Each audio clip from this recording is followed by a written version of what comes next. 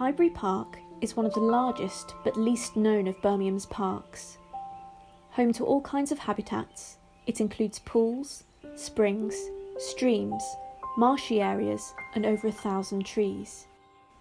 You may spot kingfishers, herons, woodpeckers and water snails amongst many other species.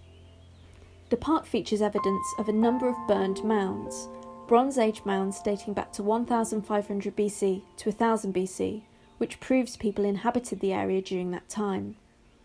The burned mounds are known to be places where people would cook, often close to rivers, but also places where people would set up sauna-like structures using hot rocks to create steam.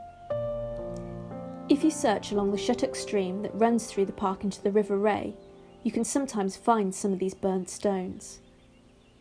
The landscape would have been completely different then. It would have been covered with trees and the people who lived there farmed. There are about 10 areas of the park that feature ridge and furrow. This is a pattern of ridges and troughs created by ploughing the land. Some date from the medieval period and others from around 200 years ago. In a dry summer, they can look very dramatic.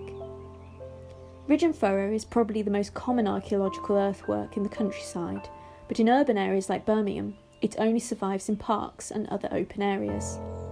Well-preserved and extensive ridge and furrow is relatively rare. In Highbury Park, ridge and furrow is just one part of the long history of the area's landscape.